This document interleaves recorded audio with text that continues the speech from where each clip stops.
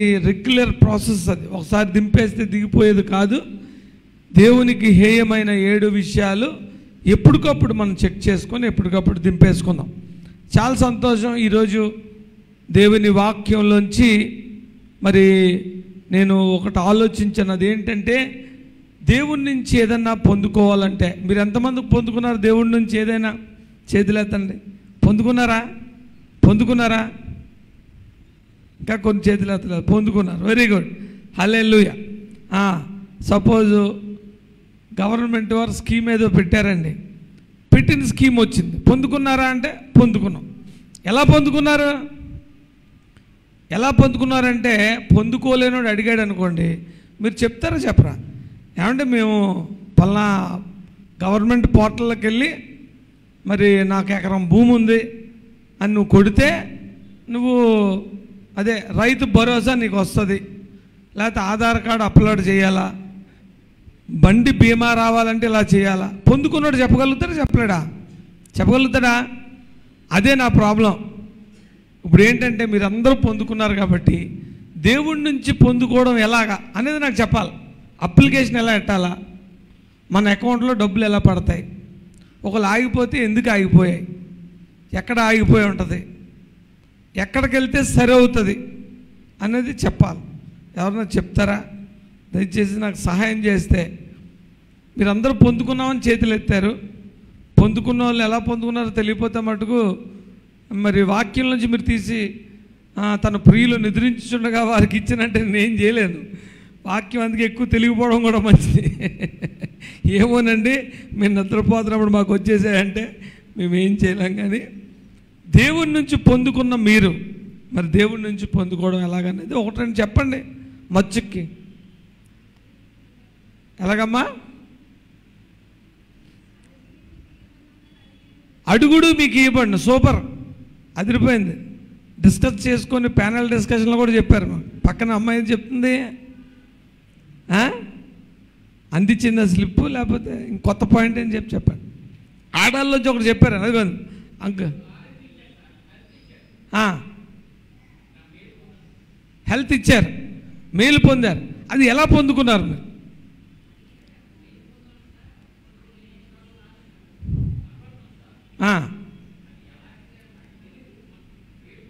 ఆయన నిద్రించుతాను పొందాడు ఆయన. హల్లెలూయా, ప్రైజ్ ది లార్డ్ సార్. కాబట్టి అడుగుడి మీకు ఇవ్వబడును. ఆయన పొందారు కానీ దేవుడు నాకు ఆరోగ్యం ఇచ్చాడు అని గొప్ప సాక్ష్యం చాలాసార్లు చెప్పారు నాకు. కానీ ఆయన ఎప్పుడు చెప్పలేకపోతున్నారు. కానీ చాలాసార్లు సార్ నేను ప్రార్థన చేయమన్నాను, మీరు ప్రార్థన చేశారు, ఇలా ఉంది. నేను వెళ్తున్నప్పుడు నా షుగర్ ఉండకూడదు, బీపీ ఉండకూడదు అని ప్రార్థన చేసుకొని వెళ్ళాను, దేవుడు నాకు కార్యం చేశాడు అని చెప్పారు. కాబట్టి అడుగుడి మీకు ఇవ్వబడును. ఇప్పుడు పొందుకోవడం ఎలాగా, ఇది నా ప్రశ్న. మీరందరూ ఎలా పొందుకున్నారు చెప్తే నేనేమన్నా కొన్ని నాకు తెలియని ఉంటే నేను కూడా అలా ట్రై చేసి నేను చాలా పొందుకోవాల్సినవి ఉన్నాయి, నేను పొందుకుంటాను. కాబట్టి ఇంకేమన్నా చెప్పండి. పొందుకోవడం ఎలాగా, how to receive from God అనేది పెద్ద ప్రశ్న. చెప్పండి. చాలా వాక్యానుసారంగా పొందుకున్నారండి ఆడపిల్లలు. మీరు అడుగునవి పొంది ఉన్నారని నమ్మి అడిగి పొందుకోవాలట. అలా పొందుకున్నారు మీరు ధన్యులు, చాలా మంచిది. ఇంకా విశ్వాసంతో పొందుకున్నారు, ప్రార్థనతో పొందుకున్నారు, అడిగి పొందుకున్నారు. ఇన్ని అప్లికేషన్లు ఉన్నాయన్నమాట. చాలా మంచిది. మరి ఇంకేమైనా చెప్తారా? నేను అనుకుని చెప్పేమంటారా? దేవుని కృప వల్ల అసలు వన్ సైడ్ అయిపోతున్నారు. వారు వన్ సైడ్లా ఉంది. మగవాళ్ళు ఏం పొందుకోలేనట్టున్నారు, అంకుల్ తప్ప, సార్ తప్ప ఇంకెవరో పొందుకోలేదు. చెప్పండి. నా శ్వాస ఎక్కువైపోతుందని మీకు ప్రశ్నలు అడుగుతున్నాను. పొందుకున్న వాళ్ళు ఎలా పొందుకున్నారు? ఏమండి, మన మీద శబ్దం ఒక ఆయన వచ్చారు, ఆయన నిశ్శబ్దంగా ఉన్నారు, ఆయన పేరే శబ్దం. ఏమంటే మీ శబ్దం మీరేమో పొందుకున్నారా? ఎలా పొందుకున్నారు? అన్నీ ప్రార్థన చేస్తే కదా. హల్లెలూయా. ఎవరన్నా ప్రార్థన చేస్తే కూడా పొందుకోవడం చాలా మంచిది. కొన్ని మాటలు మన వెనుకట్లో మీరు చెప్పినవన్నీ రైటే, కానీ నేను ఒక స్టేట్మెంట్ ఇద్దాం అనుకుంటున్నాను. పొందుకోవడం ఎలాగా, how to receive from God అంటే giving is the key for receiving. Hallelujah. ఇవ్వడమే పొందుకోవడానికి తాళం అని బైబిల్ తెలియజేస్తుందని నాకు తెలిసింది. ఏంటంటే పొందుకోవాలంటే ఏం చేయాలి? ఇప్పుడు ఇవ్వాలి. ఈ పాస్టర్ గారు ఎప్పుడు ఇలాగ చెప్తారండి, వాళ్ళకి కావాలి కాబట్టి ఇవ్వాలంటారు అంటారేమో. అందుకే ఫస్ట్ వారం చెప్పట్లేదు. ఇది 3వ వారం 4వ వారం చెప్పడానికి మావిడ కూడా లేదు ఇలా అనేది ఈ పాటికి ఇంకా రాలేదు. అయితే ఏది రిసీవింగ్ కీ? ఏది? Giving is the key for receiving. ఎలాగండి అంటే వాక్యంలోంచి మనం చూసుకుందాం. ఒకవేళ ఇంతవరకు కానీ మీరు ఈ సూత్రం ఉపయోగించకపోతే నా గురించి కాదు, మీ గురించి ఉపయోగించండి. నిజంగానే ఇవ్వడం అనేది అది మరి గొప్ప దీవెనలు పొందుకోవడానికి మూలము మరి ఇవ్వడమే అని బైబిల్ తెలియజేస్తుంది. పుచ్చుకొండు కంటే కానీ మనకి పుచ్చుకొనంటే చాలా సంతోషం, ఇచ్చుట చాలా కష్టం. కాబట్టి మీరు చాలా విషయాలు చెప్పారు, అవన్నీ రైట్. మొదటిది ఏంటి? ప్రార్థన ద్వారా పొందుకోలేనిది ఏదీ లేదు. కానీ చాలామంది ప్రార్థన చేస్తారు, అయినా ఎందుకు పొందుకోవట్లేదు? అదో ప్రశ్న. రెండవది, అడుగుడి మీకు ఇయ్యబడును అనాలి లేదా? డైరెక్ట్ ఆన్సర్, అడుగుడి మీకు ఇయ్యబడును.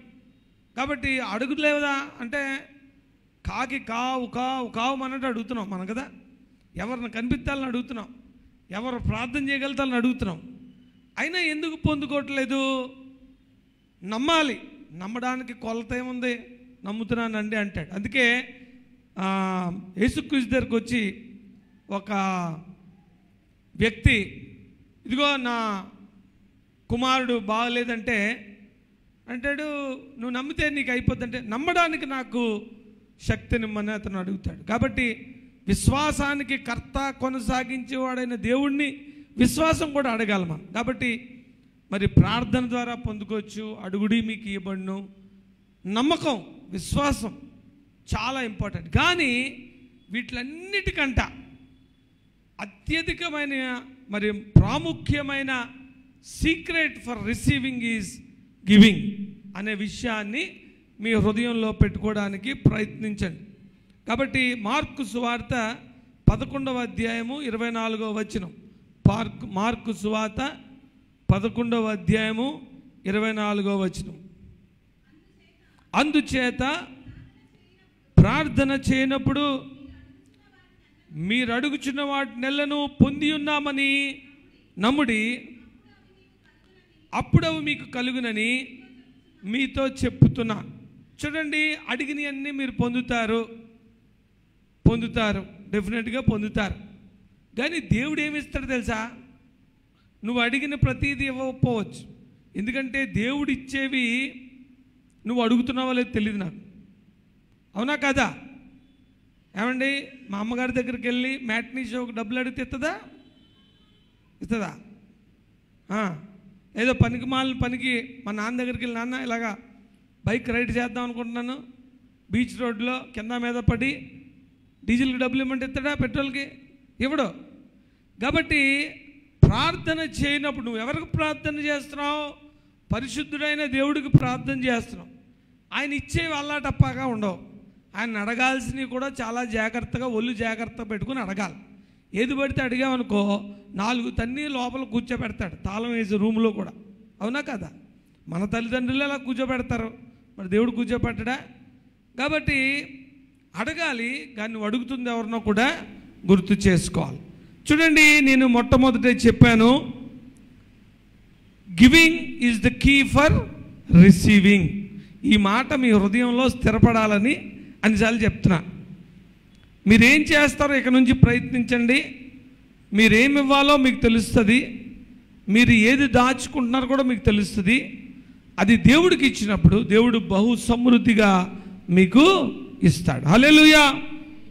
కాబట్టి ఇంకొక మాట, లూకా సువార్త 6వ అధ్యాయము 36, 37, 38. కాబట్టి మీ తండ్రిట కనికరం గలవాడుగా ఉన్నాడు కాబట్టి మీరు కనికరం గలవారై ఉండండి. ఉండండి. ఓకే, ఎందుకు ఉండాలా? మన తండ్రి కనికరం గలవాడు కాబట్టి. మీ డాడీ ఎలా ఉంటున్నాడో నువ్వు అలా ఉండు. మనం ఎందుకు ఇవ్వాలి తెలుసా? దేవుడు ఇచ్చేవాడు కాబట్టి. హల్లెలూయా. ఆయన కనికరం గలవాడు కాబట్టి నువ్వు కనికరంగా ఉండమంటున్నాడు కదా. ఆయనకి ఇచ్చే గుణం ఉంది కాబట్టి నీకు కూడా ఇచ్చే గుణం ఉండాలా. తర్వాత తీర్పు తీర్చుకుడి,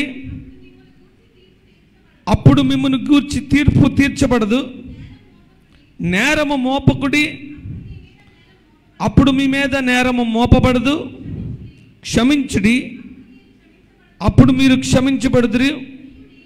అయ్యండి ఏమండి, ఇవన్నీ బాగానే ఉంది, ఇది బాగాలేదు కదా. ఇయ్యుడి, అప్పుడు మీకు ఇవ్వబడును. క్లియరా? నేనేమో నా సొంత మాటలు చెప్పట్లా. ఇయ్యుడి, అప్పుడు మీకు ఇవ్వబడును. అనచి కుదించి దిగజారునట్లు నిండు కొలతను మనుషులు మీ ఒడిలో కొలుతురు. మీరు ఏ కొలతతో కొలుస్తారో ఆ కొలతతోనే మీకు మరలా కొలవబడును. హల్లెలూయా. అస్తమాన ఆడవాళ్ళ గురించి చెప్తున్నాను అనుకోకుండా, కానీ మగవాళ్ళు పెద్ద ప్రార్థన చేయరు. ఒక కూతురిని కోడలు నిలబెట్టి అత్తగారిని ప్రార్థన చేయమంటే ఏం చేస్తుంది? ఒకటే ప్రార్థన చేయగలదా? నువ్వు ఎలా కొలుస్తావో అలాగే ఇస్తారట. ఎలా కొలుస్తావు నువ్వు? నీ కూతురుకో రూలు, నీ కోడలకో రూలు.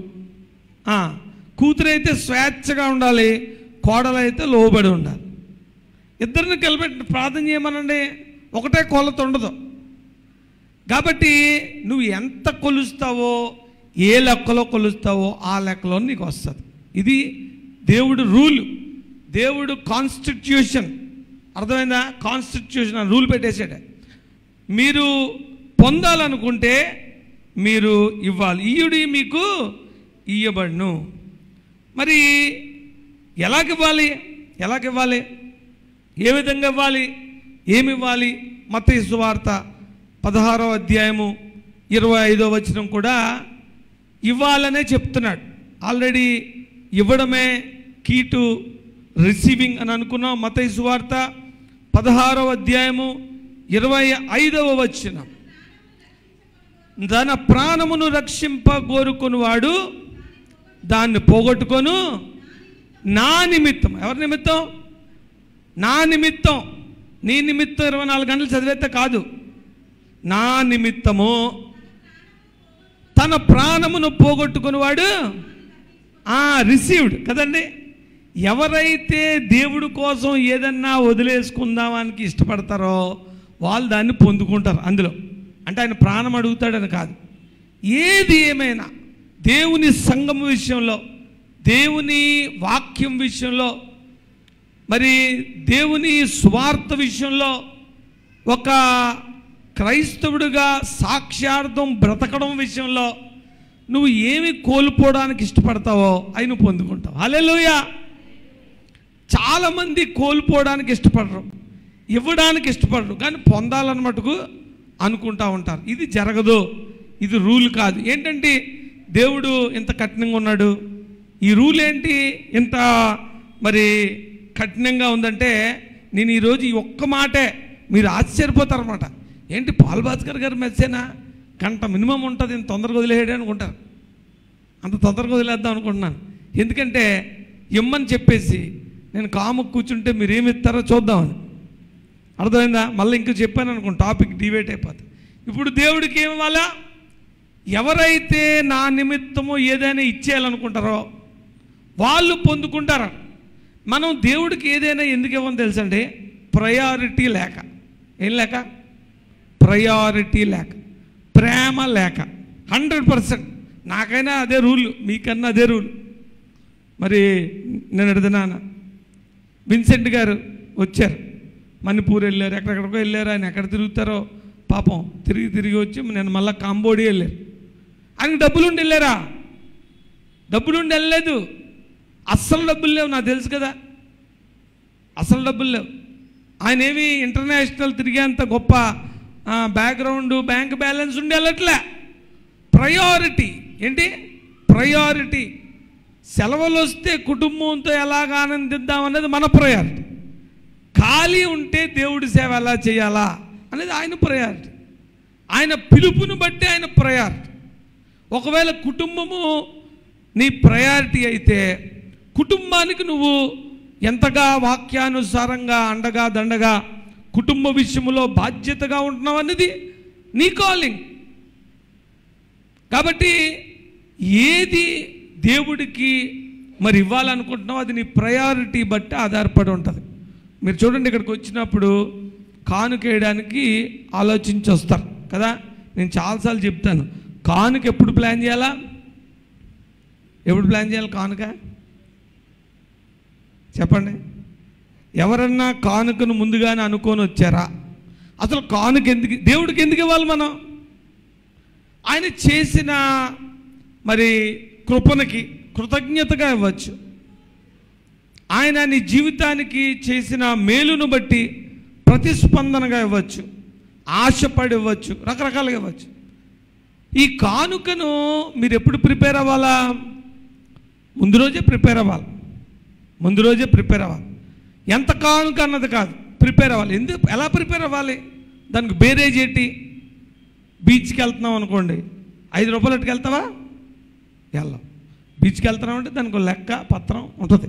ఎంతమంది వెళ్తున్నాం ఏంటి, అవసరమైతే క్రెడిట్ కార్డు పెట్టుకుంటాం డబ్బులు లేకపోతే. కాబట్టి ఈ వారమంతా దేవుడు చేసిన ఆ క్రియలను బట్టి నువ్వు బేరేజ్ చేసుకొని నువ్వు ప్రయారిటైజ్ చేసుకోవాలి. ప్రయారిటైజ్. అయ్యో, దేవుడు నాకు ఎంత కృప చూపించాడు కదా, ఆయనకి నేను ఏమిస్తే కృతజ్ఞత నేను ఆ రుణం తీర్చుకుంటాను అని ఆలోచించుకుంటే నువ్వు ఎంత కానుకేయాలో నీకు తెలుస్తుంది. ఆ కానుకను ముందుగానే ప్రార్థన చేసి ముందు రోజే సిద్ధపరిచి ఆదివారము అదే ఆలోచనతో ఆయన చేసిన కృపలకు, ఆయన నీ జీవితంలో ఇచ్చిన ఈ ఊపిరికి, ప్రాణం విషయంలో, మరి వారం అంతా నేను కాపాడిన విషయంలో నువ్వు సిద్ధపడి వచ్చేస్తే మరి నువ్వు వేసిన కానుకకు దేవుడిచ్చే ప్రతిఫలము నువ్వు చూడక మానవు. హల్లెలూయా. ఈరోజు కానుకలు మీరు వేస్తున్నారు, దాని ప్రతిఫలం మీరు ఎందుకు చూడలేకపోతారంటే ప్రాబ్లం ప్రయారిటీ. ఏదో ఆ టైంకి ఇలా తీసేసేయడం. దేవుడు కూడా ఏదో ఆ టైంకి ఇలా తీసి ఇచ్చేస్తాడు అంతే నీకు, అంతే. ఏ కొలత ఆ కొలతే. హల్లెలూయా. ఆయన కూడా నీ విషయంలో ప్రయారిటీ అలాగే ఉంటుంది మరి. కాబట్టి చాలా జాగ్రత్తగా ఇవ్వడం అనేది పొందుకోవడానికి ముఖ్య అంశము, కీ అన్నమాట. కీ, లాకర్ కీ ఏంటి? ఇవ్వడం. ఎలాగండి అంటే ఆదికాండము 22వ అధ్యాయము 2వ వచనం. ఆదికాండము 22వ అధ్యాయము 2వ వచనం చూడండి. ఇక్కడ ఒక ఆయన ఒకటి అడిగాడు, దేవుడు ఒక అతన్ని ఒకటి అడిగాడు. Giving is the key for receiving అని ఎందుకన్నానంటే, ఇది ఒకటే చెప్తానని ముందే చెప్పేశాను, వాగ్దానం చేశాను కాబట్టి నేను ఇంకా వేరే మాట్లాడను. దేవుడు ఆ విధంగా నన్ను కంట్రోల్ చేయను గాక, మీ ప్రార్థనని ఫలించును గాక. హల్లెలూయా. అంటలేదేంటి? మనసులో అనుకున్నారట, పైకి అనుకుంటే ఏం బాధపడతారని. నీ పాయింట్ వదిలేస్తే బాగున్నాను, ఈ పాయింట్తో వదిలేస్తాను కానీ వదిలిన దగ్గర నుంచి మీ పాయింట్ స్టార్ట్ అవుతుంది కదా. దేవుడు ఒక ఆయన్ని ఒకటి అడిగాడు. ఏంటి అడిగాడు చూడండి ఒకసారి. నీకు ఒక్కడైన నీ కుమారుని అనగా నీవు ఏంటి చేయాలండి? ఏంటి చేయాలి? ఇప్పుడు ఒకటి ప్రేమించేది, మళ్ళీ ఇంకోటి లేదు, ఒకటే. అదేంటి దేవుడా, నాకు 100 రూపాయలు ఉంటే 50 అడిగితే బాగుంటుంది, 100 అడిగితే ఎలాగా?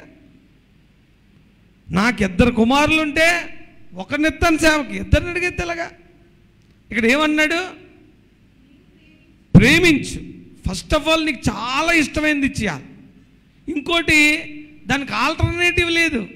ఏమంటే మా దగ్గర 2 కార్లు ఉన్నాయండి, ఒక కారు సేవకు వాడుకోండి. అబ్బా ఎంత ఉదార స్వభావం అనుకుంటాం మనం. ఆయన ఏమంటున్నాడు, నువ్వు ప్రేమించు నీ ఏకైక కుమారుణ్ణి తీసుకొని మొరియా దేశమునకు వెళ్ళి అక్కడ నిన్ను నీతో చెప్పబోవు పర్వతములకు ఒక దాని మీద దహన బలిగా. ఏం దేవుడండి ఈయన? అసలు దేవుడేనా? క్వశ్చన్ రాదా? అడిగితే అప్పట్లో, ఇప్పుడైతే మనకని చదివేసుకున్నాం కదా, నువ్వు పూజిస్తున్న దేవుడినా దెయ్యాన్నా? ఎవడన్నా అడుగుతాడా? చాలామంది పిల్లలు ఉన్న వాళ్ళు ఉన్నాం కదా, కాలుకి ఏమైనా తగిలితేనే గిలగిల ఆడిపోతాం కదా. నీకు ఒక్కగానొక కుమారుడు, నువ్వు ప్రేమించేవాడు, మళ్ళీ దానికి ఎక్స్ప్లెనేషను. పనికిమాలోని ఇచ్చేయమంటలేదు, ఆడు వేస్ట్ కదా ఇచ్చేయమంటలేదు. చాలామంది ఇంట్లో వేస్ట్గా ఉన్నవి, ఎక్స్ట్రా అయిపోయినవి సంఘానికి ఇస్తారు, ఎప్పుడు ఇవ్వకండి. సేవకులకు ఇస్తారు, ఎప్పుడు ఇవ్వకండి. పాత బట్టలు ఇవ్వకండి. దేవుని మందిరానికి శ్రేష్టమైనది ఇవ్వాలి. దేవుడికి ఎలాంటిది ఇవ్వాలంటే ఒక్కగానొకటి ఇచ్చేయాలి. ఎందుకంటే మన తండ్రి ముందేం చెప్పారు, మన తండ్రి ఏ విధంగా అయితే, చూడండి ముందు రోజుల్లో ఏముంటుందంటే, కాబట్టి మీ తండ్రి కనికరము గలవాడై ఉన్నట్లు నువ్వు కనికరంగా ఉండు. మన తండ్రి ఒక్కగానొక కుమారుని ఇచ్చాడు కదా, నువ్వు కూడా అలాగిచ్చేయడానికి రెడీ అయిపోవాలి. కానీ దేవుడు ఏమంటున్నాడంటే, ఆది కాండంలో మరి ఆ తండ్రిని అడుగుతున్నాడు, నీకు ఒక్కగానొక్క కుమారుడిని నువ్వు ప్రేమించేవాడిని నాకు బలి అర్పణగా ఇచ్చేయమన్నాడు. సో దేవుడు ఎక్స్ట్రీమ్ అడిగేశాడు. ఏంటంటే దేవుడు ఇలాగ అడుగుతాడంటే, అడిగాడు. ఎందుకు అడిగాడు తర్వాత తెలుస్తుంది. ఎందుకు అడిగాడంటే అదే 22వ అధ్యాయము 16వ వచనం. ఈరోజు కూడా మన జీవితాల్లో దేవుడు కొన్ని అడుగుతున్నాడు. అడుగుతున్నవి చాలా కష్టంగా ఉంటాయి, అడుగుతున్నవి ఇన్హ్యూమన్గా ఉంటాయి. ఏం దేవుడా నేను ఎంజాయ్ చేద్దా, నాకొద్దా ఆనందం సంతోషం, మేము లోకంలో లేవా, మా ఫ్రెండ్స్ అలా లేరా, మా సొసైటీ లాగా లేదా, మేము ఒక్కలమే ఇలా ఉండాలా, నువ్వెందుకు ఇది అడుగుతున్నావు? అన్నిటితో కలిసిపోయి ఉంటే బాగుంటుంది కదా, లోకంలో కావాలి దేవుడు కావాలి. అబ్బాయి కుదరదు. ఆయన ఏమంటాడంటే, నీకు ఏకైక కుమారుడు నువ్వు ఏదైతే బాగా ప్రేమిస్తున్నావో అదేమి ఇచ్చేయాలా? దేవుడికి ఇచ్చేయాలా. ఎందుకు ఇచ్చేయాలా?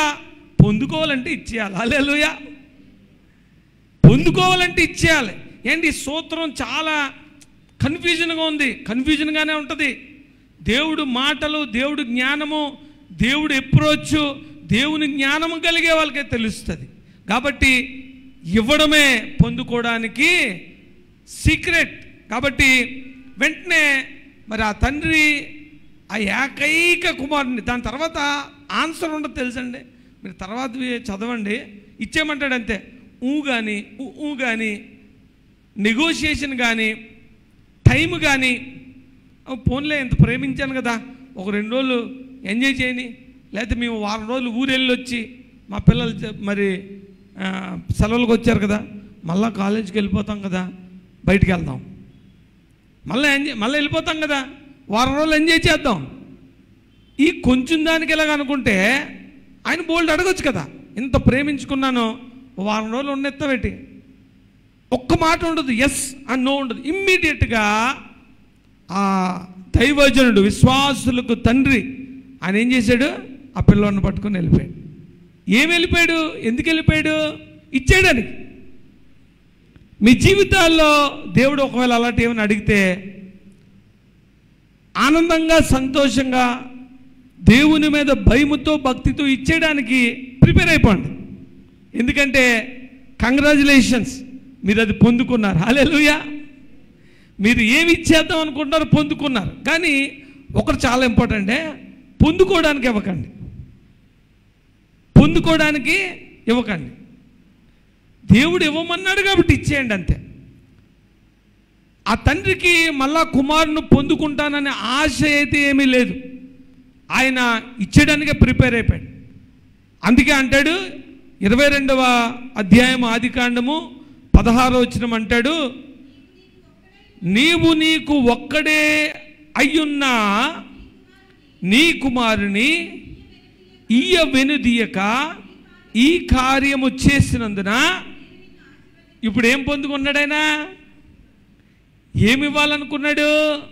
ఒకగానొక కుమారుని ఇచ్చేయాలనుకున్నాడు. ఈ సూత్రం పనిచేసిందా పనిచేయలేదా? ఎంత పనిచేసింది తెలుసండి? ఏ కుమారుణ్ణి అయితే ఇచ్చేయాలనుకున్నాడో ఆ కుమారుణ్ణి శాశ్వతంగా పొందుకున్నాడు. హల్లెలూయా! ఆయన ప్రార్థన చేశాడా? ఉపవాసం ఉన్నాడా? ఇవ్వమంటే ఇచ్చేస్తానన్నాడు అంతే. అప్పుడు ఎటువంటి దీవెనలు పొందుకున్నాడు చూడండి. 10, నేను నిన్ను ఆశీర్వదించి ఆకాశాన్ని అడిగాడా? ఆకాశ నక్షత్రాలను ఇచ్చాడు అడిగాడా? ఏం అడగలేదు. సీక్రెట్ ఏంటి?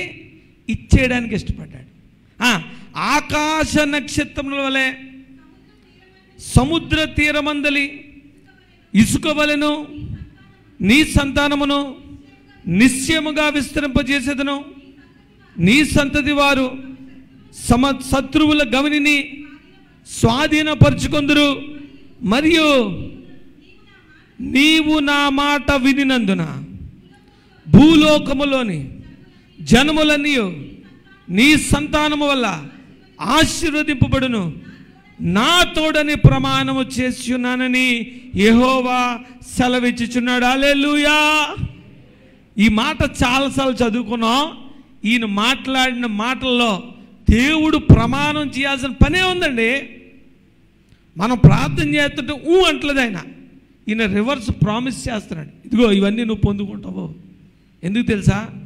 అబ్రహాము ఇవ్వడానికి ఇష్టపడ్డాడు. కాబట్టి giving is the key for receiving. ఎలాగివ్వాలి? ఇంకో చోటు కూడా ఉంటుంది కదా, తన ప్రాణమును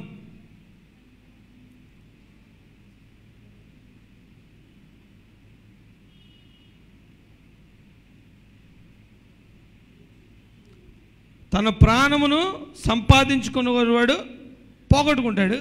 తన ప్రాణాన్ని దేవుడి కోసం పోగొట్టుకుందాక చదువుకున్నాం కదా, సంపాదించుకుంటాడు కదా. కాబట్టి మీరు నమ్ముతున్నారు. ఇప్పుడు ఎంతమంది నమ్ముతున్నారు? Giving is the secret key for receiving అని ఎంతమంది నమ్ముతున్నారు? Very good. ఎంతమంది ఏమి ఇస్తారో నాకు తెలీదు, కానీ ఇది మట్టుకు సత్యం. ఈరోజు అబ్రహాము ఎలాగైతే దీవించబడ్డాడో, మోషే ఎలాగైతే దీవించబడ్డాడో, దేవుని బిడ్డలందరూ ఇవ్వడము చేతనే దీవించబడ్డారు అనడానికి ఇస్సాకు మరి గొప్ప సూచనగా ఉంది. కాబట్టి ఇంకో మాట మీకు ఇవి చెప్తున్నాను. ఎందుకు చెప్తున్నానంటే మీరు దాని విషయంలో వాక్యానుసారంగా నిజంగా చేస్తారనే చెప్తున్నాను. ఆదికాండం అయిపోయింది కదండి. ఆదికాండం తర్వాత మార్కు సువార్త 12వ అధ్యాయము 41 నుంచి 44 వరకు.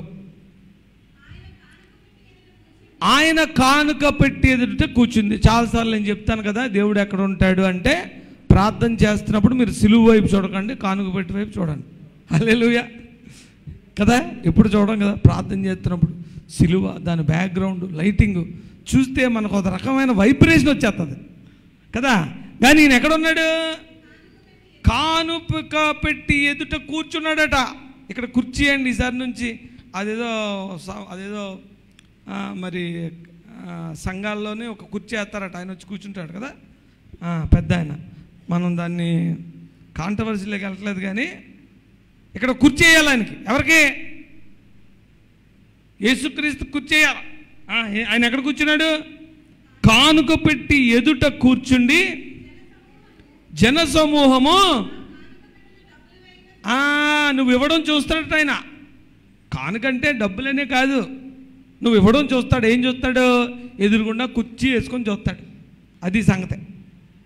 కాబట్టి ఎలా పడితే అలాగ ఇచ్చేయకండి, ఇవ్వడం మానేయండి, పర్లేదు. చాలా జాగ్రత్తగా దేవుడికి ఇస్తున్నప్పుడు ప్రిపేర్ అయ్యి ఇవ్వాలి, ఆలోచనతో ఇవ్వాలా. యాదృచ్ఛికంగా కాకతాళీయంగా ఇవ్వకూడదు.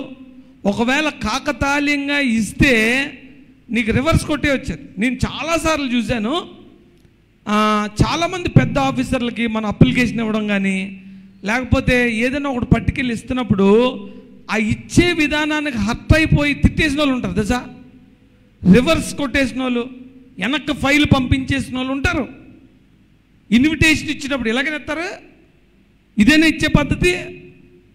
ఒక లోకంలో ఒక స్థితిమంతుడితోనే ఎంతో ఒళ్ళు దగ్గర పెట్టుకొని ఇస్తామే, దేవుడికి ఇచ్చేటప్పుడు ఇంకా జాగ్రత్తగా ఇవ్వాలి. ఎందుకంటే బైబిల్లో చెప్తున్నాడు, యేసుక్రీస్తు ఇచ్చే దగ్గర కుర్చీ వేసుకొని కూర్చొని ఆయన చూస్తున్నాడట. ఎందుకు చూస్తాడంటే ఆయన నువ్వు ఎంత ఇస్తున్నావని కాదు, ఎలాగిస్తున్నావని. హల్లెలూయా! ఎలాగిస్తున్నావని చూస్తున్నాడు. దేవుడు చూసే దేవుడు, నువ్వు ఇచ్చిన దాన్ని చూసే దేవుడు. అర్థమైందా? నువ్వు చాలా ఇస్తావు, అన్నీ చూస్తాడు. డబ్బులు చూస్తాడు, సమయం చూస్తాడు, జీవితం చూస్తాడు, సాక్ష్యం చూస్తాడు. అవసరమైనప్పుడు నువ్వు దేవుని కోసం ఏ విధంగా దేన్నైనా కోల్పోవడానికి ఇష్టపడుతున్నావేమో చూస్తాడు. చాలాసార్లు రాజులు పెద్ద పెద్దోళ్ళు బాగా నచ్చారనుకో, ఏం కావాలో కోరిక ఇచ్చేస్తాను, అర్ధరాజ్యాన్ని ఇచ్చేస్తానంటాడు. అంటాడండి. బాగా ప్రేమిస్తే ఏదైనా ఇచ్చేయడానికి ఇష్టపడతాం. కాబట్టి దేవుడు మనకి ఆయనే అన్నీ ఇచ్చాడు. కాబట్టి అందుకే మనం పాడుకుంటా, నువ్వు ఇచ్చినవన్నీ, మాకున్నవన్నీ కూడా నువ్వు ఇచ్చినవే. ఆయన ఇచ్చింది ఆయనకి ఇవ్వడానికి గీకి ఇచ్చేవాడిని, పిసినారోడిని దేవుడు ఎప్పుడు కూడా మరి దీవించడు. దాతృత్వం గలవారిని దేవుడు దీవిస్తాడు. ఓకే, కాబట్టి దేవుడట ఎక్కడ కూర్చున్నాడు? ఈసారి నుంచి ప్రార్థన చేస్తున్నప్పుడు ఎటు చూడాలా? అక్కడ చూసి ప్రార్థన చేయండి, ఎందుకంటే అక్కడే ఉంటాడు ఆయన. హల్లెలూయా! ఇప్పుడు ఏం చేశాడు? ధనవంతులైన అనేకులు అందులో విశేషముగా సొమ్ములేస్తారట.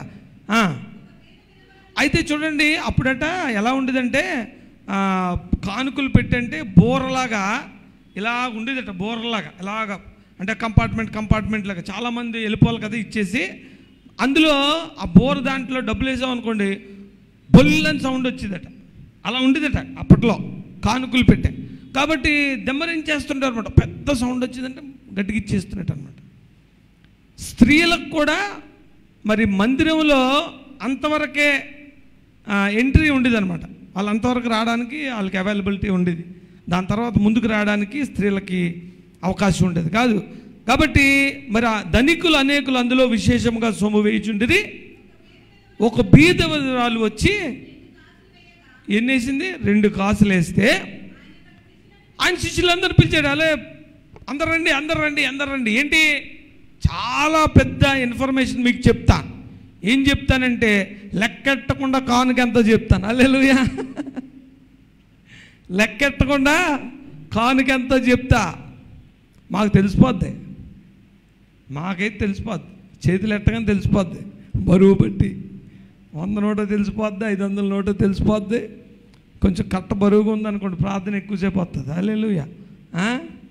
కదా, సరదా చెప్తున్నా కానీ తెలిసిపోద్ది కదా. రెగ్యులర్గా చేతిలో పెడితే మనకు అర్థం అవుతుంది. కానీ నాకు ఎవరో పెట్టరు, నాకు తెలియదు పెద్దగా, ఎవరో అలాగా. అయితే ఆయన ఏమంటాడంటే, నేను లెక్కెట్టకుండా ఎవరు ఎక్కువ వేశారు చెప్తా. హల్లెలూయా! ఎందుకంటే దేవుడు ఒక్కడే లెక్కెట్టకుండా లోపల ఏం వేసావో చెప్పగలుగుతాడు. దేవుడు ఒక్కడే హృదయాంతరంగాల్ని చూడగలుగుతాడు. దేవుడు ఒక్కడే ఎంత వేసావో చెప్పగలుగుతాడు, ఎలా వేసావో చెప్పగలుగుతాడు, ఏమి ఇచ్చావో చెప్పగలుగుతాడు, ఎలాగిస్తున్నావో కూడా చెప్పగలుగుతాడు. నువ్వు ఏ ఉద్దేశంతో దేవుడిని అడుగుతున్నావో తెలుస్తుంది అడిగి. ఏ మరి ఆశలు పెట్టుకొని అడుగుతున్నావో. సగం మంది స్వార్థంతోనే అడుగుతారండి. దాన్ని స్వార్థ భక్తి అంటారు. ఏం భక్తి? స్వార్థ భక్తి. భయము, మరి పద్ధతి, మా ఇంట్లో ఏమైపోద్దో, ఇలా చేయకపోతే ఏమైపోద్దో భయంతో. దేవుడి మీద భక్తితో కాదు, ఓన్లీ స్వార్థంతో. మేము మా వారు బాగోవాలి, ఇలా చేస్తే ఎలాగవుతుంది అని చేస్తారు. కానీ దేవుడు హృదయాలను చూస్తాడు. అప్పుడు వెంటనే శిష్యులందరినీ పిలిచేసాడు. పిలిచేసి ఏమన్నాడు? ఈ కానుక పెట్టెలో డబ్బులు వేసిన వారందరికంటే ఈ బిధవరాలు ఎక్కువ వేసినని మీతో నిశ్చయముగా కన్ఫామ్గా చెప్తున్నా. అదేంటి అంటే యేసుక్రీస్తు డిక్లేర్ చేస్తున్నాడు, కన్ఫర్మ్గా చెప్పుచున్నాను. వారందరూ వారికి కలిగిన సమృద్ధిలోంచి వేశారు, కానీ ఈమె తమ లేమిలో తమకు ఆవిడకి కలిగిందంతానంట. అనగా ఏంటేసింది? ఏమయ్యాలి మీరు? జీవనం అయ్యాలి. జీవితమే దేవుడికి ఇచ్చేస్తే ఇంక నువ్వేమి ఇవ్వకుండా ఉంటావు? నీ ప్రయారిటీ ఆవిడ జీవనం అంతా వేసేసిందట. ఏంటి అవసరం? నేను అనుకున్నాను, ఆ పేద విధవరాలు జీవనం అంతా ఎందుకు వేసేసిందో. ఎందుకు వేసి ఉంటుంది అంటారు? చెప్పండి, ఎందుకు వేసి ఉంటుంది? కాదండి, చాలామంది డబ్బులు ఉన్న వాళ్ళు వచ్చారు. కోటీశ్వరుడు వచ్చాడు, 1,00,000 రూపాయలు వేసాడు. ఇంకోటి ఎవడో వచ్చాడు, పెద్ద ఆఫీసర్ 50,000 వేసాడు. ఆవిడ వేసింది 2 కాసులు వేసింది. యేసుక్రీస్తు ఏమంటాడంటే, వీళ్ళందరికన్నా ఈవిడే అందరికన్నా ఎక్కువ వేసిందని నిశ్చయంగా లెక్కెట్టకుండా, లిస్టు రాయకుండా, పలానా వారు పలానా విధంగా సంఘానికి ఇచ్చారు, గోపురానికి ఇన్ని లక్షలు ఇచ్చారు, ఫ్లోరింగ్కి ఇన్ని లక్షలు ఇచ్చారు, సౌండ్ సిస్టమ్కి ఇన్ని లక్షలు అని చెప్పకుండా ఆయన డిక్లేర్ చేస్తున్నాడు, నిశ్చయంగా ఇచ్చింది. ఆవిడేమి ఇచ్చిందంటే, అందరూ వాళ్ళు సమృద్ధిలోంచి ఇచ్చారు, కానీ ఈమె లేమిలోంచి ఇచ్చింది. ఓకే, లేమిలోంచి ఇచ్చింది, కష్టంలోంచి ఇచ్చింది, మనందరం లేమిలో ఉన్న వాళ్ళమే. కానీ ఆవిడేమి ఇచ్చింది తెలుసా? తన జీవనమంతయు వేసానని చెప్పింది. దేవుడు ఎందుకు ఆ మాట అని ఉంటాడు అనేది నేను ఆలోచిస్తే, మీకేమైనా ఆలోచనలు వస్తే మంచిది.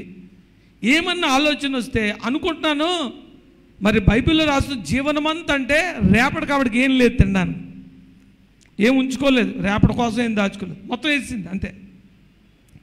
ఎందుకు వేయగలిగింది తెలుసా? ఎందుకు వేయగలిగిందంటే ఆ క్షణంలో ఆలోచించింది, దేవుడా నేను నీకేమి ఇవ్వగలను అని ఆలోచించింది. ఆలోచించి ఇవ్వండి, అనాలోచితంగా ఇచ్చి శాపానికి గురి కాకండి. ఆలోచిస్తే ఆవిడ దగ్గర ఉన్న జీవనం వేస్ట్ అనిపించింది అనమాట. మొత్తం ఇచ్చినా సరిపోదే అనిపించింది ఆవిడకి. రేపటి కోసం దాచుకోవడం అనేది అవివేకం అనిపించింది. ఇంతకాలం విధవరాలైన నన్ను పోషించాడే, ఈయనకి ఏమిచ్చి నేను రుణం తీసుకోగలను అనిపించింది ఆవిడకి. నేను ఎన్ని గంటలు ప్రార్థన చేస్తే ఆయన చేసిన మేలులకి థ్యాంక్స్ చెప్పగలను అనిపించింది. నేను సంఘానికి ఎంత సేవ చేస్తే ఆ సంఘంలోంచి దీవెనలు నేను పొందుకున్న దానికి రుణం తీర్చుకోగలను అనిపించింది. నేను ఎంత సమయం సువార్త చేస్తే దేవుడు నా ప్రాణాన్ని రక్షించినందుకు నేను బదులు ఆయనకు థ్యాంక్స్ చెప్పగలను అనిపించింది ఆవిడకి. ఇంకేమనిపించిందో మొత్తం వేసి పడేసింది. రేపటి గురించి ఆలోచన, పోతే పోతాం అనుకుంది అనమాట. పోతే పోతాను అనుకుంది, జీవనం అంతా ఇచ్చేసింది. ఇస్సాకుని కొడుకు ప్రాణం ఇచ్చాడని రెడీ అయిపోయాడు. ఇచ్చాడని రెడీ అయిపోయినాడు ఎటువంటి దీవెనలు పొందుకున్నాడు దశ? అతనును బట్టి భూలోకమంతా దీవించబడింది. హల్లెలూయా. నువ్వు నిజంగా ఇవ్వడానికి ఇష్టపడితే, నీ హృదయంలోంచి ఇవ్వడానికి ఇష్టపడితే, దేవుడు నువ్వు చేసిన మేలులకు నువ్వు సాక్ష్యాలు చెప్తున్నప్పుడు ఒక్కసారి ఆలోచించుకొని, నీకు దేవుడిచ్చిన ఈ ప్రాణం కోసం, ఈ ఊపిరి కోసం, ఈ ఆరోగ్యం కోసం నీ జీవితంలో ఇంతవరకు ఎన్ని గొప్ప కార్యాలు జరిగాయో ఆ కార్యాలన్నీ ఆలోచించుకుంటే, ఇప్పుడు మీరు ఎవరన్నా ఏమన్నా వెనక్కి పట్టుకెళ్ళగలరా? నిజంగా పట్టుకెళ్ళలేరు. అందుకని నేనేమి ఆఫరింగ్ మెసేజ్ ఇవ్వట్లేదండి, ఇందులో ఉన్నది చెప్తున్నాను. అందులో బంగారం కూడా పట్టదు, ఎంతే ఉంటుంది, కాయినే పడుతుంది. కాబట్టి అన్నీ వేసేసారు కాక మరి అలాగ వేసేయమని చెప్పట్లేదు. కానీ పేద విధవరాలు ఏమిచ్చింది? తన జీవనమంతయు, దేవుడు చెప్తున్నాడు, యేసుక్రీస్తు డిక్లేర్ చేస్తున్నాడు, తన జీవనమంతయు ఇచ్చింది. అబ్రహాము ఇస్సాకుని కొడుకుని, ఏకైక కొడుకుని, ఒక్కగానొక్క కొడుకుని ఇచ్చేయడానికి ఇష్టపడ్డాడు. ఆ కొడుకుని కాదు, ప్రపంచం అంతా పొందుకున్నాడు. ఆయన పొందుకున్న దీవెనలు దేవుడు అంటున్నాడు, నేను ఆనపడుతున్నాను, ఐఎమ్ ప్రామిసింగ్. మనం మామూలుగా కలెక్టర్ దగ్గరికి వెళ్ళామనుకో, ఏమండి నాకు కొంచెం ట్రాన్స్ఫర్ చేయండి అంటే చూద్దాంలే అంటాడు. అంటేనే మనకు సంతోషం. అలా కాదు, ప్రామిస్ రా బాబు, నా ప్రామిస్, నీకు చేయకపోతే ఎవడ చేస్తాను, నేను ప్రతిజ్ఞ చేస్తున్నాను, నీకు ట్రాన్స్ఫర్ చేస్తానన్నాను, ఎలా ఉంటుంది? అలాగ అంటున్నాడు దేవుడు. కాబట్టి giving is the key for receiving. కాబట్టి దేవుడు మీ జీవితంలో ఏంటేంటి మరి అడుగుతున్నాడో మీకు తెలుసు, దేవుడు ఏం క్రియలు చేశాడో మీకు తెలుసు. ఇక నుంచి ప్రిపేర్ అవ్వకుండా ఏమి వేయకండి, కానుక కూడా వేయకండి. ముందు రోజు శనివారం ప్రార్థన చేసుకొని ఈ వారం అంతా దేవుడు చేసిన క్రియలకు నేను ఏమిస్తే బాగుంటుందో ఆలోచించండి. శనివారం బీచ్లో నువ్వు ఎంత ఖర్చు పెట్టావో ఆలోచించుకో. నీ ప్రయారిటీ ఎలా ఉంటే, నువ్వు ఏ కొలతతో కొలిస్తే ఆ కొలత నీకు కొలవబడుతుంది. ఇంత ఆనందించడానికి కారణమైన దేవుడికి అందులో 1% అన్న ఇస్తున్నావా? ఇంత జీవితం ఊపిరిచ్చిన దేవుడికి 1 అరగంట అన్న ఇస్తున్నావా? ఈ వారమంతా నీకు ఇంత సంతోషం ఇచ్చిన దేవుడి సన్నిధిలో 1/2 గంట మోకరించవా? నువ్వు ఆలోచించుకొని ఇమ్మని చెప్తున్నాడు. ఎందుకంటే దేవుడు కూర్చున్నదే ఇచ్చే దగ్గర. హల్లెలూయా. ఎందుకు కూర్చుంటాడంటే స్కానింగ్ చేస్తాడు, స్కానర్. కాబట్టి ఆ స్కాన్లో డబ్బులున్నోళ్ళు నువ్వెంత ఇచ్చావో చూడలేదు, కానీ ఎలాగిచ్చావో చూసి ఆమె అందరికన్నా ఎక్కువ ఇచ్చిందని చెప్పాడు. చివరిగా ఈ మాట ఒకటి చూద్దాం. మత్తయి సువార్త 6వ అధ్యాయము 31 నుంచి చదువుతాను నేను. కాబట్టి ఏమి తిందుమో, ఏమి త్రాగుదుమో, ఏమి ధరించుకుందామో అని చింతించుకోడి, అన్ని జనులు వీరన్నిటి విషయమే చింతిస్తున్నారు. మీకు అన్ని జనులకు తేడా ఏంటి తెలుసా? ఇదే అని చెప్తున్నాడు. ఏమి తిందుమో, ఏమి తాగుదామో, ఏమి ధరించుకుందామో చింతించొద్దు. ఎందుకంటే కారణం కూడా చెప్పేస్తున్నాడు. అన్ని జనులు కూడా అలాగా ఆలోచిస్తున్నారు. ఒకవేళ నువ్వు కూడా అలా ఆలోచించనుకో, నీకు వాటికి తేడా లేదు అని చెప్తున్నాడు. ఇవన్నీ కావాలని మీ పరలోకపు తండ్రికి తెలియను. కాబట్టి మీరు ఆయన రాజ్యమును నీతిని మొదట అంటే ఏంటి? ప్రయారిటీ. అంతేనా?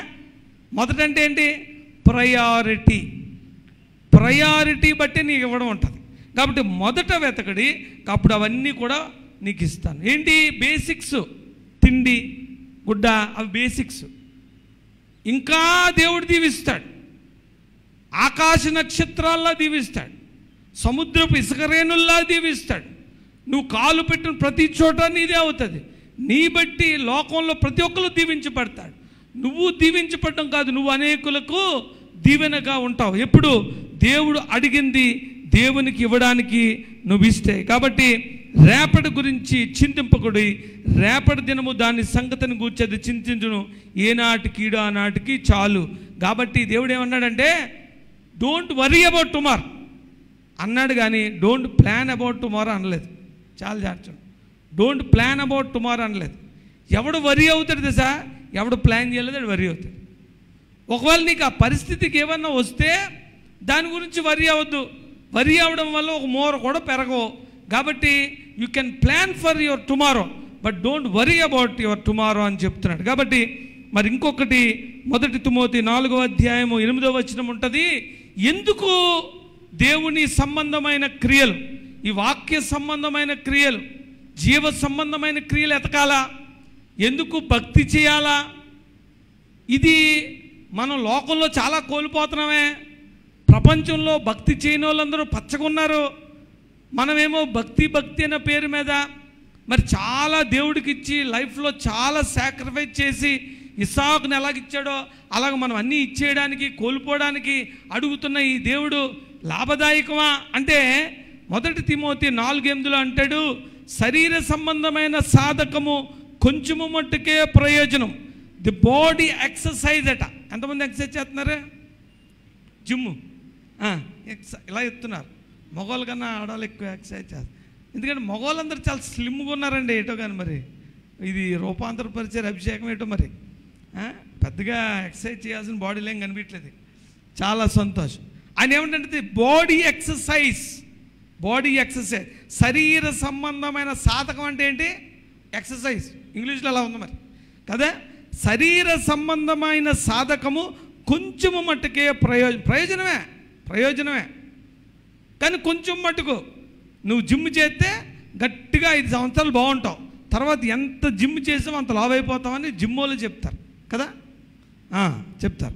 కాబట్టి కొంత మట్టుకు నీకు ప్రయోజనకరం, ఎంత మట్టుకు ఈ లోకంలో బతికే వరకు, ఎంత మట్టుకు కొన్ని సంవత్సరాలు, ఎంత మట్టుకు నీ ఆరోగ్యం ఇంకో కొంతకాలం బాగుంటుంది, మంచిదే, నథింగ్, కొంత మట్టుకు మంచిదే.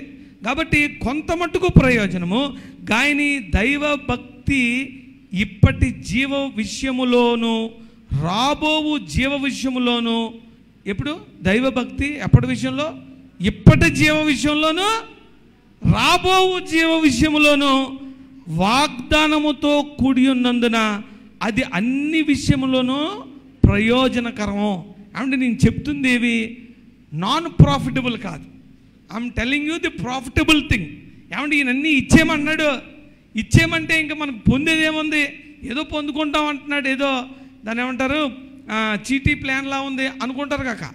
భక్తుడు అంటున్నాడు ఈ లోక సంబంధమైన ఎక్సర్సైజు కొంత మటుకు నీకు ఉపయోగపడుతుంది, కానీ భక్తి అనేది ఈ లోకంలోనే నీకు ప్రయోజనం ఉంటుంది, రాబోవు జీవం విషయంలో కూడా, నిత్య జీవం విషయంలో కూడా ఉంటుంది. కాబట్టి ప్రయారిటీ దేనికి ఉండాలా, రెండు ఉండేది ఉండాలా, అంతే కదండి. ప్రయారిటీ దేనికి ఉండాలా, దేనికి ఉండాలంటే లాంగ్ టర్మ్కి ఉండాలి. మీరు ఏదన్నా ఒక డెసిషన్ తీసుకున్నారనుకోండి, మీరు ఇక్కడ నుంచి ఒక కారు కొనుక్కున్నారనుకోండి, ఏం చూస్తారు మీరు, ఆ రోజు నీడు చూడరు కదా.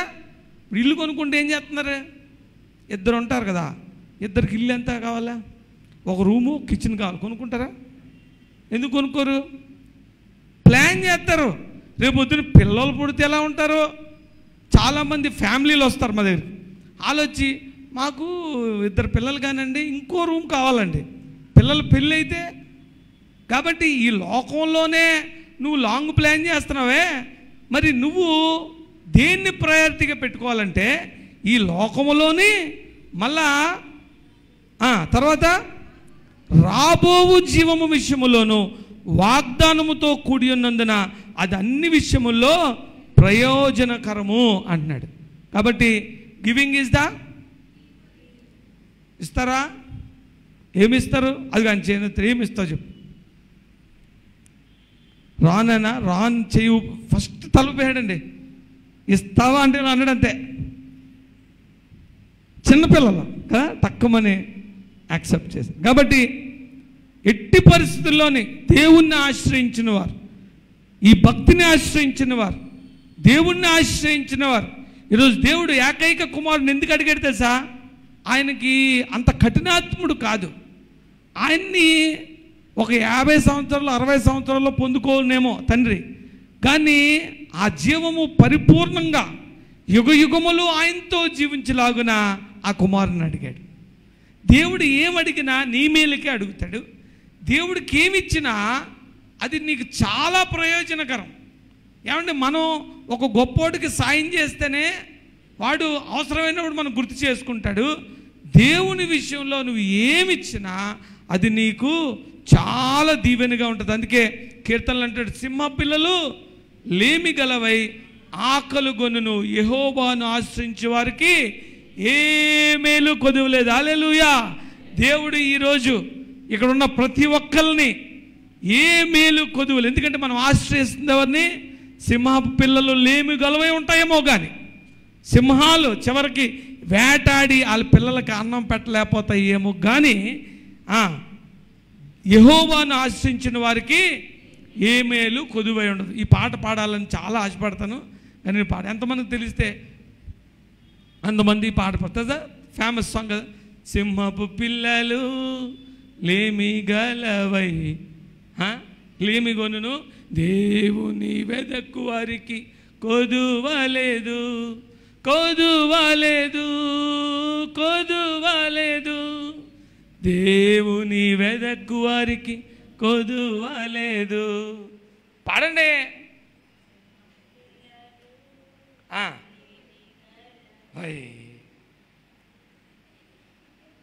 ఏమండి అన్నీ కావాలంటారు, ఈ పాట పాడుకోకపోతే ఎలాగా? ఈరోజు ఇదే పాట పాడండి అందరూ. సింహపు పిల్లలు లేనిగా ఉంటాయేమో, కానీ నేను దేవుణ్ణి ఆశ్రయించిన నాకు ఏ కొదువ ఉండదు. హల్లెలూయా. నేను పాట రాపైన పాడేస్తున్నాను, ఎందుకు తెలిసిన? స్వార్థంతో పాడేస్తున్నాను, ఎందుకంటే నాకు అలా అయిపోవాలని. హల్లెలూయా. మీరు నోటితో ఏం పలుకుతారో విశ్వాసంతో అది జరుగుతుంది. రేపొద్దున్న ఇంకా ప్రపంచంలో ఐటీ డౌన్ అయిపోయినా,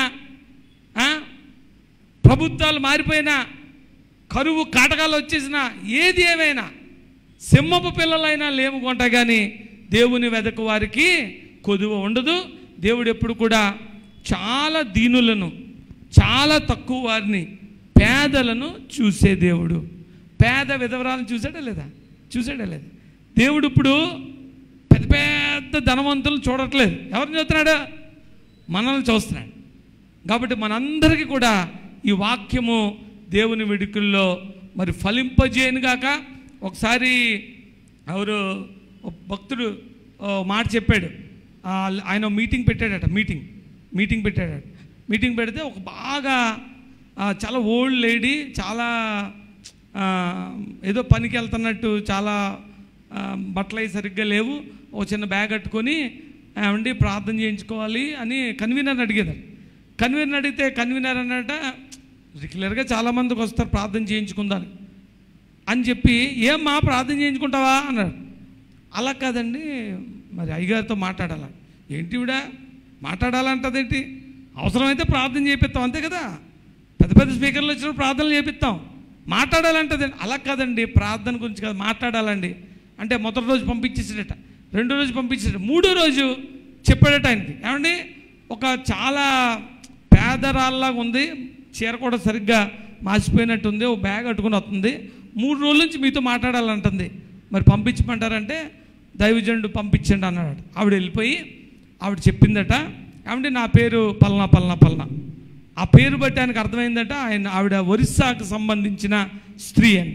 ఆవిడ పేరు సాహు అని వస్తుంది, చివర సాహు అని వస్తే ఒరిస్సా వాళ్ళని అర్థం అన్నాడు. ఆవిడ మంచిదమ్మా అంటే, పల్నా ఊరు మీకు తెలుసా? ఎందుకంటే మీరు ఆ ప్రాంతంలో సేవ చేశారని నాకు తెలిసింది, మీరు మా ఊరు వస్తారని తెలియగానే మిమ్మల్ని కలాలని నేను ఆశపడ్డాను అన్నది. అంటే చాలా మంచిదమ్మా, నేను ఆ ఊరిలో కూడా ఎప్పుడో 1-2 సార్లు వెళ్ళినట్టున్నాను ఆ ప్రాంతాలకి, కానీ నువ్వు చెప్పిన ఊరికైతే నేను వెళ్ళలేదు అన్నట. ఆ ఊరు మా ఊరేనండి అందట. చాలా మంచిదమ్మా అంటే, నేను మాడుగులు వెళ్ళాను కానీ తాటిపర్తి వెళ్ళలేదు అన్నట్టు అనమాట. ఆ ఏరియా వెళ్ళాడు కానీ అక్కడికి వెళ్ళలేదు. అయితే ఆవిడ అందట, ఏమంటే ఏం లేదండి, మా ఊర్లో మీటింగ్ పెట్టాలండి అంద. ఆవిడ చూస్తేనేమో చాలా పేదరాల్లా ఉంది, ఓ చిరిగిపోయిన చీర కట్టుకుంది, మాసిపోయిన బ్యాగ్ పట్టుకొని వచ్చింది. అయితే అలాగేనమ్మా, దేవుడు సాయం చేసినప్పుడు పెడతానులే, నీ ఆశ కదా. ఎందుకు పెట్టమంటున్నావంటే, ఏం లేదండి మా ఊరు కదండి, ఆ ఊర్లో దేవుడు మాట వినిపించాలని నాకు ఆశ అండి అని. చాలా మంచిదండి. అయితే మరి మీరు ఎప్పుడు పెడతారన్నాడు. ఇదేంటి ఎప్పుడు పెడతారంటారు అని చెప్తే, పోన్లేండి మీకు ఎప్పుడు అవకాశం ఉంటే అప్పుడు పెట్టండి అని ఆ బ్యాగ్ చేతిలో ఎట్టిందట. ఆ బ్యాగు మాసిపోయిన బ్యాగులో ఎంత ఉన్నాయో తెలుసా? 80,000 రూపాయలు ఉన్నాయి.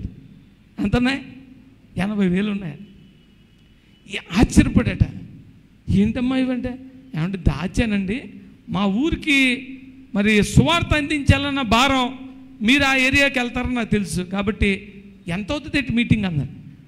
అవుతుంది ఒక 1,50,000 వరకు అవ్వచ్చేమో, మరి టెంట్లు వేయాలి, ఆ ఏరియాలు అంటే భోజనాలు పెట్టాలి, మరి ట్రాన్స్పోర్ట్ ఇవన్నీ ఉంటాయి కదా, అంటే మీరు ప్లాన్ చేయండి, మిగిలిన కూడా ఇచ్చేస్తాను అందట. హల్లెలూయా. చూడండి, గొప్పోళ్ళతో దేవుడు పని చేయించుకోడు. దావీదు మహాబలుడేం కాదు, అర్థమైందా? దేవుడు చాలా చిన్నవాళ్ళు, పేద విధవరాలు కానుకను మెచ్చుకున్నాడండి. ఎవడు కానుక మెచ్చుకోలేదు. హల్లెలూయా. కాబట్టి పేదలము బలహీనులమైన మనల్ని దేవుడు ఎంచుకుంటాడు, మన చేత పని చేపిస్తాడు. చివరికి ఆమెను బట్టి ఆ దైవజనుడు ఆ ఊర్లో మీటింగ్ పెట్టాడట. ఆ ఊర్లో మీటింగ్ పెట్టనవ్వలేదట. ఆ ఊరు చాలా భయంకరమైన ఊరు. ఈవిడ ఒక్కతే నమ్ముకుంది. మీటింగ్ పెట్టమనపోతే ఆవిడకు రోషం వచ్చేసిందట. రోషం వచ్చేసి, మా ఊళ్ళో మీటింగ్ పెట్టినవరా, నాకు ఆ చివరి కళ్ళం ఒకటి ఉంది, ఆ కళ్ళంలో పెట్టండి అందట. అంటే ఈయన కళ్ళం దగ్గరికి వెళ్తే, ఆ కళ్ళం దగ్గరికి ఆవిడ వస్తాడు, ఆటోలు ఎట్టాలి మళ్ళీ మా తాటిపడితలు పెట్టినట్టు. అంటే పర్లేదు, 20-30 వేలు ఎక్స్ట్రా అయినా పర్లేదు, కళ్ళంలో పెట్టండి, నేను డబ్బులు ఇస్తాను, భోజనాలు పెట్టండి అని చెప్పి ఘనంగా మీటింగులు పెట్టించిందట. అప్పుడు అంతా అయిపోయిన తర్వాత ఆ మీటింగులకు వచ్చిన ఒక మాస్టర్, ఆ ఊర్లో మాస్టారు దేవుడిని నమ్ముకున్నాడట. ఆ ఒక్కతనే ప్రార్థన చేసుకోవడం మొదలుపెట్టాడు. ఈరోజు ఆ ఊరు రక్షింపబడి అనేకులు ప్రార్థించే మందిరము ఆ ప్రదేశంలో ఏర్పడింది. హల్లెలూయా. దేవుడికి చప్పట్లు కొట్టి దేవుడు స్తుతించాడు. పేదరాలు కానుకను దేవుడు వాడుకుంటాడు బహుగా. నాకు తెలుసా 2 నాణ్యాలతో దేవుడు ఎన్ని పనులు చేసి ఉంటాడు తెలియదు నాకు. హల్లెలూయా. రాయలేదు బైబిల్లో. 2 చేపలు ఏం చేశాడు? 5 రొట్టెల్ని పంచాడా లేదా? ఇది కూడా 2 నాణ్యాలు. నీకున్న కొద్ది ధనాన్నే, శ్రేష్టమైన ధనాన్ని, న్యాయమైన ధనాన్ని, కష్టార్జితాన్ని, నీ చెమటను దేవుడు వాల్యూ ఇస్తాడు. నిన్ను దీవించడానికే దేవుడు అడుగుతాడు అనమాట. అప్పుడు ఆయన చివరిగా అడిగాడట, అమ్మ నువ్వు ఏం పని చేస్తావు అని అడిగితే ఆవిడ అందట, పాచి పని చేస్తాను అందరు. హల్లెలూయా. ఏం చేస్తుంది? పాచి పని. మా ఫ్యామిలీ అండి ఎప్పుడు వచ్చేసామండి, మేము ఒక చోట ఉంటామండి, ఓ 10-15 ఇంట్లో పాచి పని చేస్తాను. అందరూ మంచోళ్ళే, అందరి ఇంట్లో డెఫినెట్గా మా ఇంటికి ఫుడ్ వచ్చేస్తుంది, ఎవరో ఒకరు ఏదో మిగిలిపోతుంది కదా వచ్చేస్తుంది. కాబట్టి మేము అది తినేస్తాం. మాకు ఇచ్చిన డబ్బంతా దాస్తున్నాను నేను. మా పిల్లలు కూడా దేవుడి దేవాల గవర్నమెంట్ వాళ్ళు చదువుకున్నారు, వాళ్ళు బాగానే చిన్న చిన్న ఉద్యోగాలు సెటిల్ అయిపోయారు.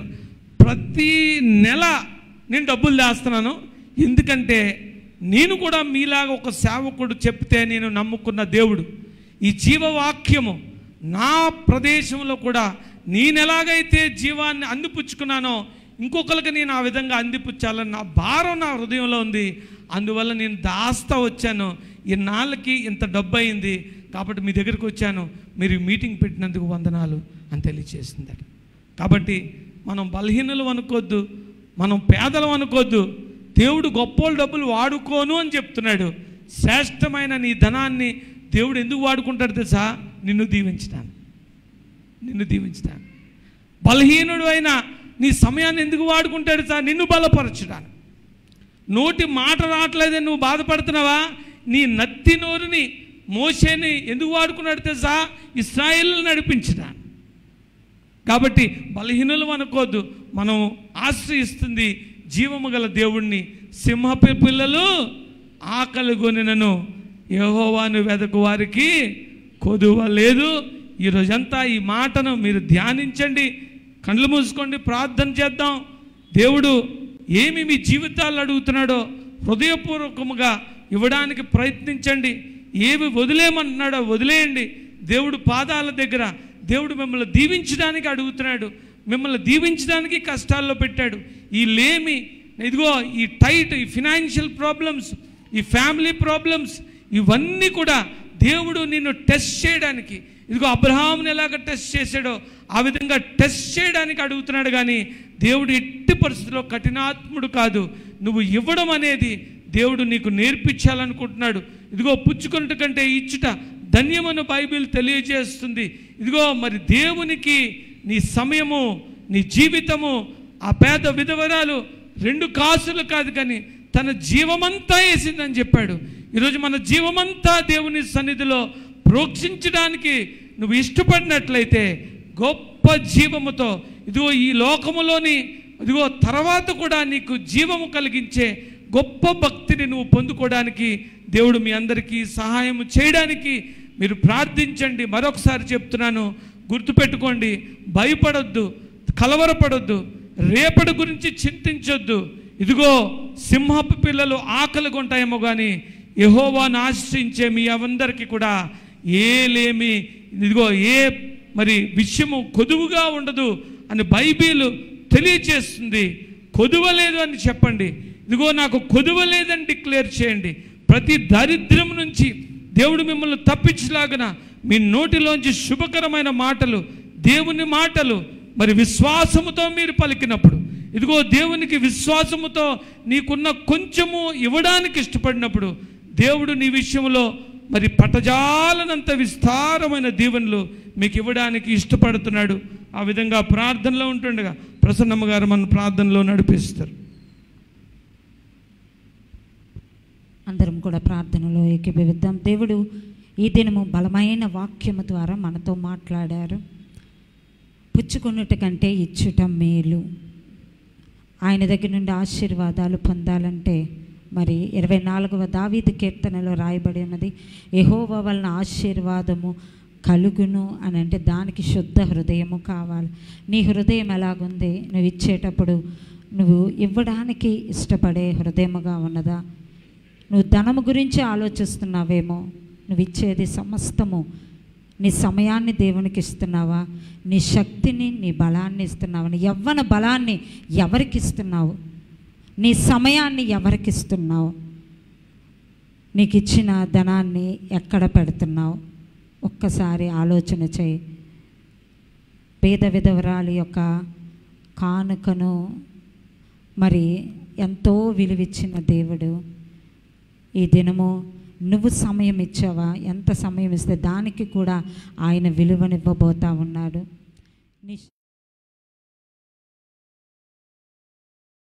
దానికి తగిన ప్రతిఫలము. మరి ఇస్సాకును ఆయన అడిగినప్పుడు అబ్రహాము ఇస్సాకును కూడా ప్రేమించిన కుమారుని ఇవ్వడానికి ఇష్టపడిన దేవుడు ఆయనకి తగిన ప్రతిఫలముగా ఆయనకు గొప్ప ఆశీర్వాదాన్ని అనుగ్రహించాడు. కాబట్టి ప్రతి ఒక్కరూ కూడా దేవుని సన్నిధిలో నీకున్న సమస్తాన్ని ఆయన కొరకు వెచ్చించడానికి ఇష్టపడుతున్నావు. లోకంలో అనేక వాటి కొరకు వ్యర్థముగా గడుపుతున్న మనము మన డబ్బులను ఎంతో వ్యర్థంగా గడుపుతున్నాం, మన సమయాన్ని ఎంతో వ్యర్థముగా గడుపుతున్నాం, మన శక్తిని ఎంతో వ్యర్థముగా గడుపుతున్నాం. వాటన్నిటినీ దేవుని సన్నిధిలో ఒక లెక్క ఉన్నది. ఆయన సన్నిధిలో నువ్వు వాడితే ఆయన ఆశీర్వాదము బహు హెచ్చుగా ఉన్నదని దేవుని వాక్యం సెలవిస్తూ ఉంది. కాబట్టి ప్రతి ఒక్కరము కూడా ఈ దినము పుచ్చుకొనుట కంటే ఇచ్చుట మేలు. దేవుని సన్నిధిలో నీ సమయాన్ని, నీ ధనాన్ని, నీ శక్తిని, నీ బలాన్ని అన్నీ కూడా నీ బిడ్డలను ఏదైనా దేవుని కొరకు శ్రేష్టమైనది ఇవ్వడానికి మనము సిద్ధపరచుకుందాం. హల్లెలూయ, స్తోత్రములు ప్రభువా. కృప కలిగిన దేవా, కనికర సంపన్నుడవు, కృప చూపు దేవుడవు. అయ్యా, ఈ దినము నీ దీని దాసుని ద్వారా నువ్వు మాట్లాడిన ప్రతి మాటను బట్టి నీకు వందనాలు. బలమైన మాటలు మమ్మల్ని హెచ్చరించావు ప్రభా. మేము ఇచ్చుటలు ప్రభా తండ్రి, నువ్వు ఇచ్చిన ఏకైక కుమారుణ్ణి ప్రభా నువ్వు అడిగినప్పుడు అబ్రహాం ఎలాగైతే ప్రభా తల వంచుకొని తను ప్రేమించినది నీకు ఇవ్వడానికి సమర్పించుకున్నాడు, అలాంటి సమర్పణ జీవితము మాకు దయచేయమని ప్రాధేయపడుతున్నామయ్యా. ప్రభా తండ్రి, అయ్యా నువ్వు ఇచ్చిన సమస్త నీ కొరకు వాడగలిగే కృపను దయచేయండి. నువ్వు ఇచ్చిన బలాన్ని నీ కొరకు వాడబడాలి, నువ్వు ఇచ్చిన సమయాన్ని నీ కొరకు వాడబడాలి.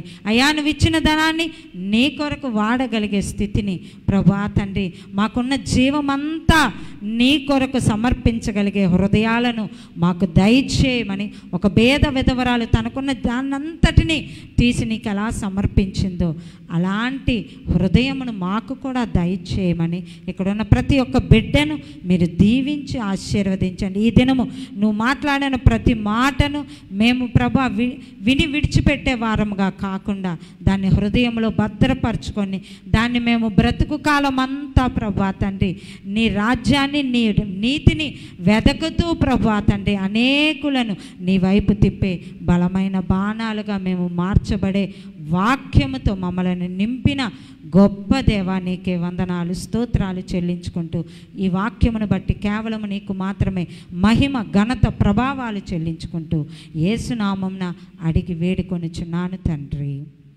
ఆమేన్.